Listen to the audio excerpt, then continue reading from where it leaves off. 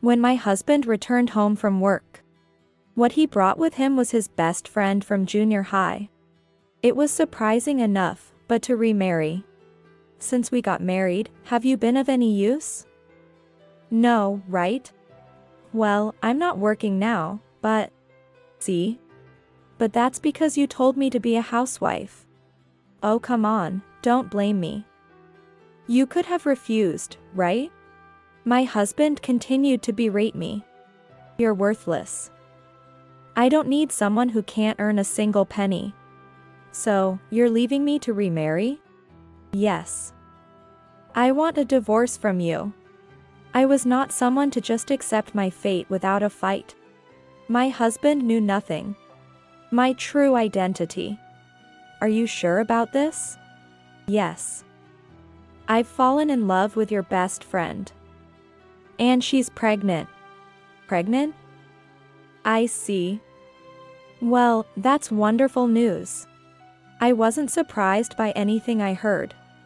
At that moment, I might have been unemployed, but in reality, I had become the next CEO candidate for the company my husband worked for. I found out about this just a week ago. Then, let's get a divorce. After the divorce was finalized, I was on my way to the company to give my speech as the new president. And then, I met my ex-husband again. Why are you here? Long time no see. Mr. Incompetent Employee. What did you say? Thinking it was a good moment, I told my ex-husband the truth. His face turned pale instantly. It was truly amusing. Please. Can't you forgive me? Facing my ex-husband, who was begging for forgiveness, I decided to show him further hell. I am Kelly Irving, turning 35 this year. After graduating from university, I joined a company that mainly dealt with confectionery product development. Ever since I was a child, I loved creating things. My work achievements were recognized, and I was promoted to section chief. I have someone I want to introduce you to. Someone you want to introduce? You said you wanted a boyfriend before, right? Well, yes, but... Thus, Rachel, my best friend from junior high, brought up the topic.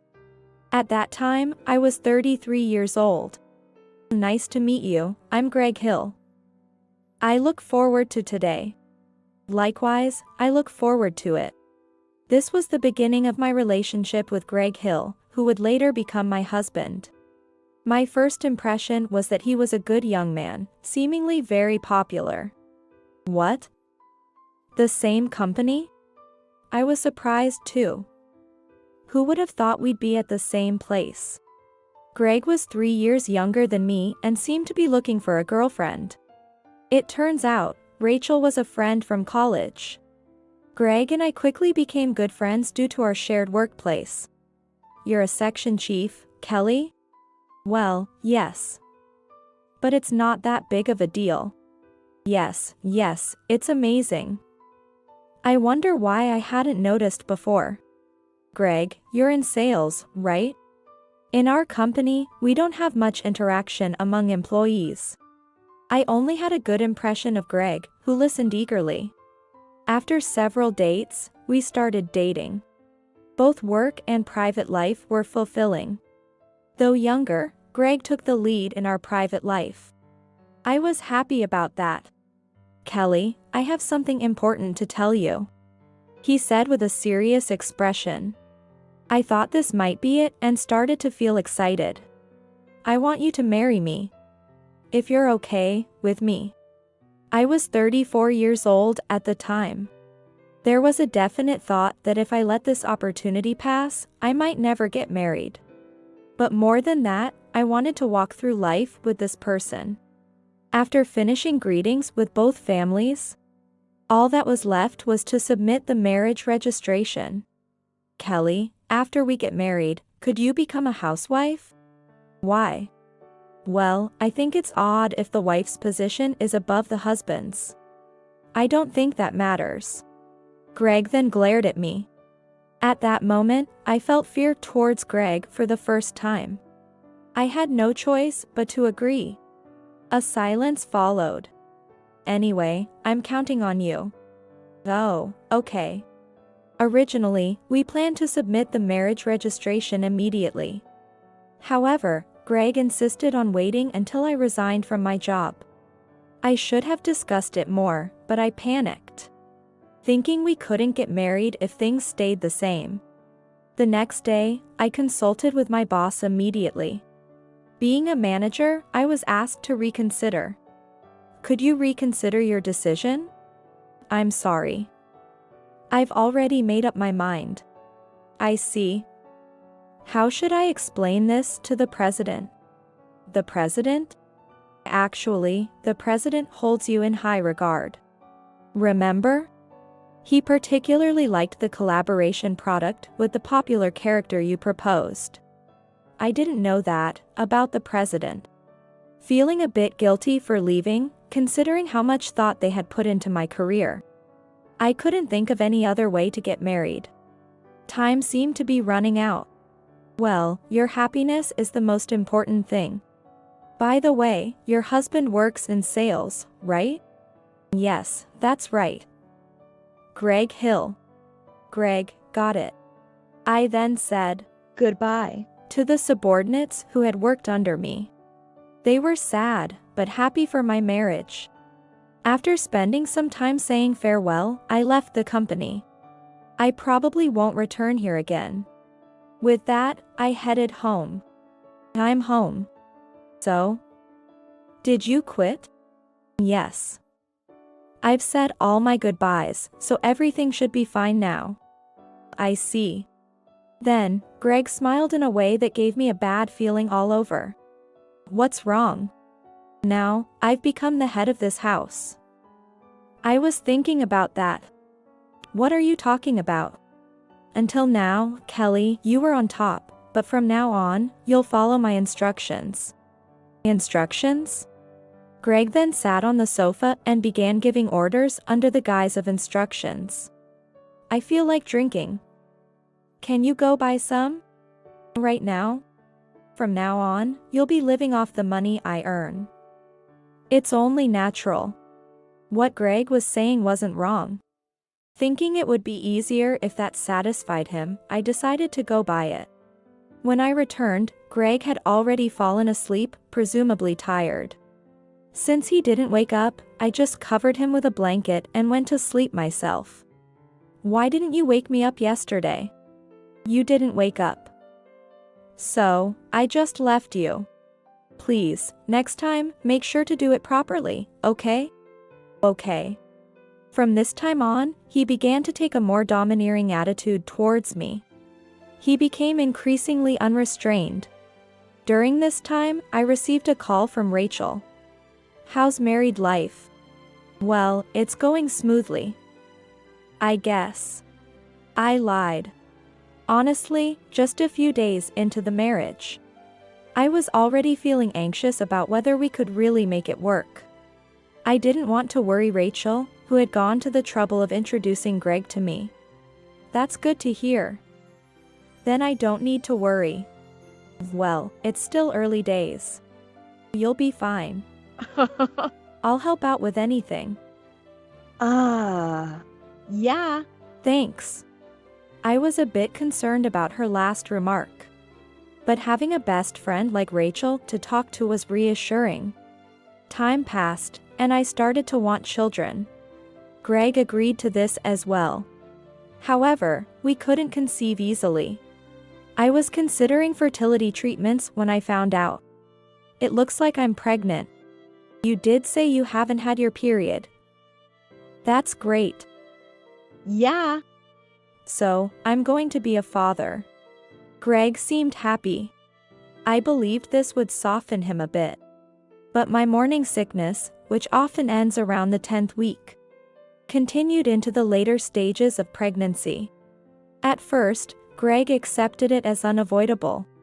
But as my inability to do household chores due to morning sickness increased, he became displeased. Hey. How long are you going to rest? Can you start working soon? Your job is to take care of the house, right? Sorry. I'm just feeling too sick. Greg sighed heavily. Are you really in pain? What? You're not lying and slacking off, are you? Why would I do that? If I could, I'd do everything properly. I became assertive in response to Greg, who couldn't understand my suffering. It seems Greg thought I was snapping back at him. Is that a complaint towards me? Not exactly. I just want you to understand. If you have the energy to talk so much, then please clean and do the laundry. After giving me instructions, Greg left without saying where he was going. Left alone in the house, I wondered how long I had to endure this.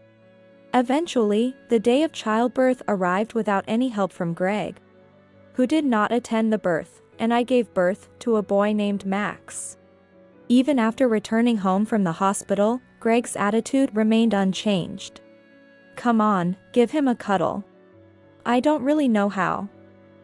I'll pass for now. Just for a little while. I'm telling you it's okay.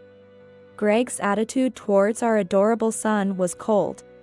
No, it seemed like he was mostly uninterested. Still, I tried to act for the sake of our son.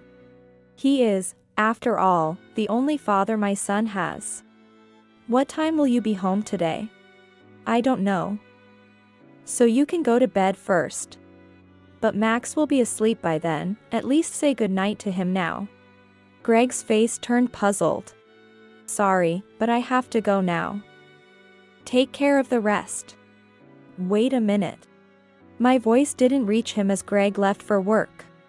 I've never felt so angry at Greg before. At noon, I received a call from the director I used to work with. How are you doing? I called today because I have a favor to ask. A favor? I decided to listen to what he had to say, and that became the trigger for my revenge. The president has come up with something quite outlandish. Again? Yes. The president of the company I used to work for was known for being quite eccentric. Which wasn't an exaggeration to say helped the company grow so big. So, the president wants to hold a competition for new product ideas. That's fine, but... And the president said? He's saying he'll choose the next president from among those who submit ideas for the competition. I was speechless. Is he serious? Seems so. And we want you, the ace of the product development department, to participate.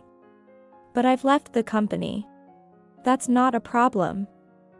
I've convinced the president. Really? The director spent time convincing me. After being persuaded so much, I couldn't refuse. I decided to participate, partly to save the director's face. However, there's one condition. Please keep this a secret from my husband. I feel like it could complicate things. Understood.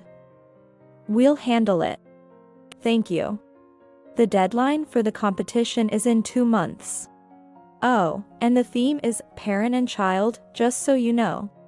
I decided to start brainstorming ideas as a way to distract myself. It was fun to think about products again. A feeling of fulfillment I hadn't experienced since working. The one thing I had to be careful about was not letting Greg find out. Before I knew it, it was evening. I'm home. I hadn't expected Greg to return so early. I hurriedly tidied up to greet him. You're back early. I had some good news today. Good news? There was an announcement for all employees. Apparently, the next president will be decided through this competition. Really? Greg seemed very motivated. But Greg, you're in sales, right? Can you do it? Who do you think I am? This will be easy. After all, it's a chance to become president. Even if Greg became president, I wouldn't want to work under such an arrogant person. However, there was a silver lining. Focusing on the competition made Greg's behavior towards me a bit softer. Of course, I couldn't let Greg beat me. Before wanting to become president, I had my pride. By the way, I'll be staying over at the company more starting tomorrow. It had been nearly a month since the competition started. It seemed Greg was feeling the pressure. But not every day, right? Greg didn't answer. Staying over at the company every day was unimaginable. Anyway, I want to focus. This house is too noisy, and I can't get anything done. Despite saying that, Greg was only fiddling with his smartphone. It seemed like he had already lost interest in whatever he was so passionate about before. It was probably just a fleeting effort. Greg would come home about twice a week to change his clothes. And each time, I could smell perfume on him. I had a faint suspicion of another woman, but he made no attempt to hide it. I thought to myself, if that's how it is, so be it. If he's having an affair, I could use that as a reason to divorce. That's what I started to consider. So, I decided to consult with Rachel. Kelly? What's up? I have something I want to discuss. I could hear rustling sounds over the phone. Are you with someone? Huh? Oh, it's fine. What's up? Lately, I've been suspecting Greg might be having an affair. I thought I heard laughter in the background. Are you sure it's not just your imagination? He hardly ever comes home. And it's not like he's staying at the company all the time. But isn't that alone not enough to be sure? But when he comes home, there's a scent of perfume. That never used to be the case. I see. Okay. I'm friends with Greg too, so I'll subtly ask him about it. Really? Is that okay? Of course. We're best friends, aren't we? Thank you. After hanging up the phone, I felt grateful to have a trustworthy best friend. Little did I know, that was a mistake, which I would realize a bit later. Leaving Greg's matter to Rachel, I focused on the competition. There were only 2 weeks left until the deadline. How's the competition going? I asked Greg when he came to pick up his change of clothes. Huh? Oh, it's almost there. Judging by his response, it seemed he hadn't done anything. I see. What? You seem like you want to say something. Nothing in particular. Then don't ask me pointless things. I decided to ignore Greg and focused on not submitting a half-hearted entry. I managed to submit just in time for the deadline and collapsed onto the sofa, relieved. I was satisfied with having completed the task, so the result was secondary. A month passed, and Greg started coming home more often. Are you free right now? It was a call from the director. Yes, I'm available. About the competition the other day, your proposal made it to the final selection. Really? Yes. We kept the submissions anonymous, but yours was outstanding. I was surprised but delighted, even though I hadn't expected much. For the next steps, we'll create a prototype and see how the customers respond. How many proposals are in the final selection? Including yours, there are 3. It's uncertain what will happen, but you're a worthy candidate for the next president. Me. Personally, I hope your proposal gets selected. Thank you so much. I'll contact you again with more details. I couldn't believe it. A mere housewife being considered for the president's position was beyond my wildest dreams. Of course, I decided to keep it a secret from Greg. Then, on a regular weekday, I plan to come home early today. Understood. It was unusual for him to say something like that. Welcome home. Greg didn't come home alone. Next to him was Rachel, whom I knew well. Hey. I have something important to discuss today. Important discussion? Greg and Rachel headed straight to the living room. Confused, I followed them in and sat opposite the two. What's this about? Can't you tell? Then, Greg pulled Rachel closer. That's when I understood. The presence of another woman I had sensed all this time was Rachel. So, there's more to the story, isn't there? Exactly. I'm leaving you to remarry Rachel. What? I let out a scream. I hadn't expected marriage to be on the table. Have you ever been useful since we got married? You haven't, right? I'm not working now, but... Right? But that's because you told me to become a housewife. Oh, come on, don't blame me. You could have refused, right? He continued to berate me. You're worthless. A useless person who can't earn a penny is not needed. So, you're divorcing me to remarry? Yes. We're getting a divorce. Honestly, I didn't mind the divorce. What worried me was our son, Max. What about Max? Max. You take care of him. His irresponsible words infuriated me. Sure, someone like you couldn't possibly take care of our precious son. You wouldn't even be able to properly raise him. What? Isn't that right? You've done nothing up until now. You, talking impudent. Greg clenched his fist. Then, Rachel, who had been silent until now, spoke up. Kelly, it's a shame, but give it up. You and Greg were never a match. Even though you introduced us? I realized it was a mistake. Greg is too good for you, you were in over your head. They said whatever they wanted. Until now, we were friends, but not anymore. Let me ask you, are you up to his standards? Of course. Unlike you, I'm fully prepared to support him as his wife. Is that all? What? Is that all you have? You're one to talk. Maybe you were something once. But now you're just a housewife who can't do anything. Maybe that's true. The conversation was so draining. But I was not someone to just accept my fate. Neither my husband nor Rachel knew anything. Rachel's right. You're a woman who's good for nothing now. So, we're divorcing? Yes. Get out as soon as you understand. This place isn't your home anymore. I took a deep breath. Are you sure? Yes. I've fallen in love with your best friend, and she's pregnant. Pregnant?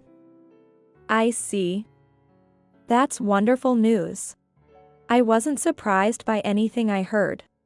I was just eager to leave this place. Then, let's get a divorce. Finally. You should have just said so from the beginning. Now, hurry up and leave. As they cuddled on the sofa, I began to pack my things, stuffing my bag with the essentials. Oh, by the way, the divorce papers are here.